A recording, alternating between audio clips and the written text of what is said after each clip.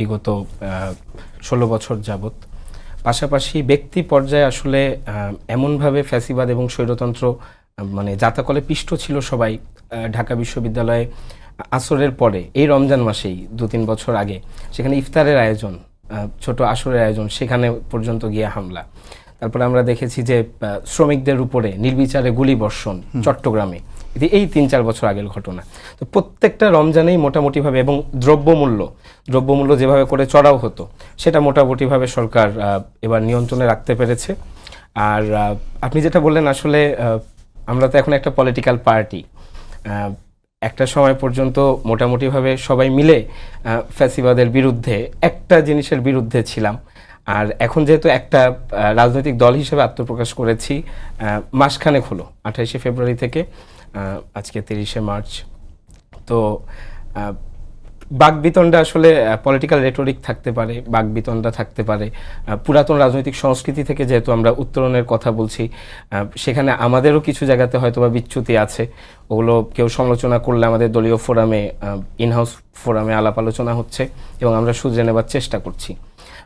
কিন্তু মোটা দাগে আমি যদি বলি যে আপনার যদি পুরাতন সংস্কৃতি, আসলে বিএনপিও তো, মানে বিএনপির ফাইটটা কিন্তু ছিল আওয়ামী লীগের মতো একটা দানব, মানে আমি এটাকে রাজনৈতিক দল বলি না, আওয়ামী লীগের বিরুদ্ধে। তো বিএনপি ওই জায়গাতে ফাইটটা যখন এনসিপি অথবা জামাতে ইসলাম অথবা অন্য কোনো রাজনৈতিক দল যারা আসলে অত্যাচারিত ছিল, আওয়ামী লীগের অত্যাচারটা বিএনপির উপর ছিল, কিন্তু ব্যক্তি পর্যায়ে, গোষ্ঠী পর্যায়ে কিন্তু অত্যাচারটা ছিল, হয়তোবা সেভাবে সামনে আসেনি। তো এই জায়গাতে বিএনপিরও কিছু কম্প্রোমাইজের ব্যাপার থাকবে, ওনাদেরও অনেক জায়গাতে হয়তো বা কথাবার্তা সংযত থাকছে না, লাগামহীন হয়ে যাচ্ছে।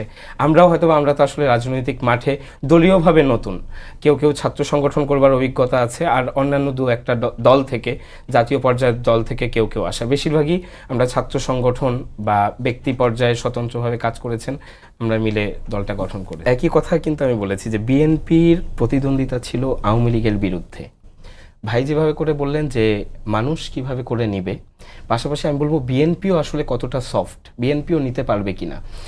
যেমন জুলাইয়ের কথা যদি আমি বলি, সেই সময় কিন্তু বাংলা ব্লকেড, এই ব্লকেড কিন্তু বিগত 15 বছরে বিএনপির অনেক সংগ্রাম, হরতাল, অবরোধ, অন্যায় অত্যাচারের কমতি ছিল না। কিন্তু এই যে নতুন কর্মসূচি কিন্তু ওই জুলাই থেকেই কিন্তু আসলে শুরু।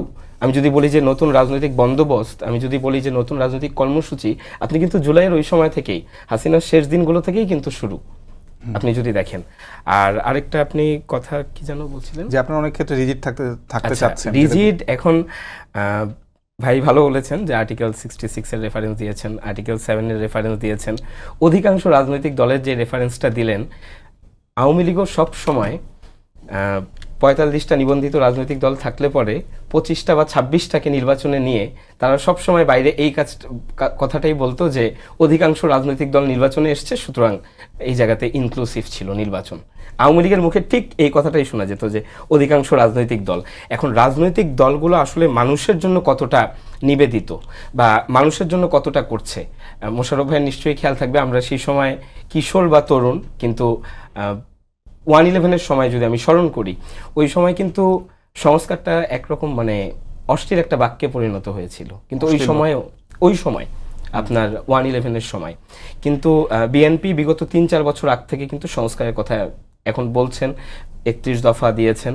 তো সংস্কারের ভাবনাটা, বিএনপি নির্বাচনের রোডম্যাপ চাচ্ছে, কিন্তু আমি বলবো যে উনারা যদি দলীয় ফোরামে, অনেক বড় দল, উনাদের আলাদা রিসার্চ উইং আছে এবং উনাদের জনবলও বেশি, উনারা যদি সংস্কারের একটা ভাবনা দিয়ে দিতে পারতেন সরকারকে, তাহলে উনাদের জায়গাতে কিন্তু উনারা স্ট্রং একটা পজিশনের মধ্যে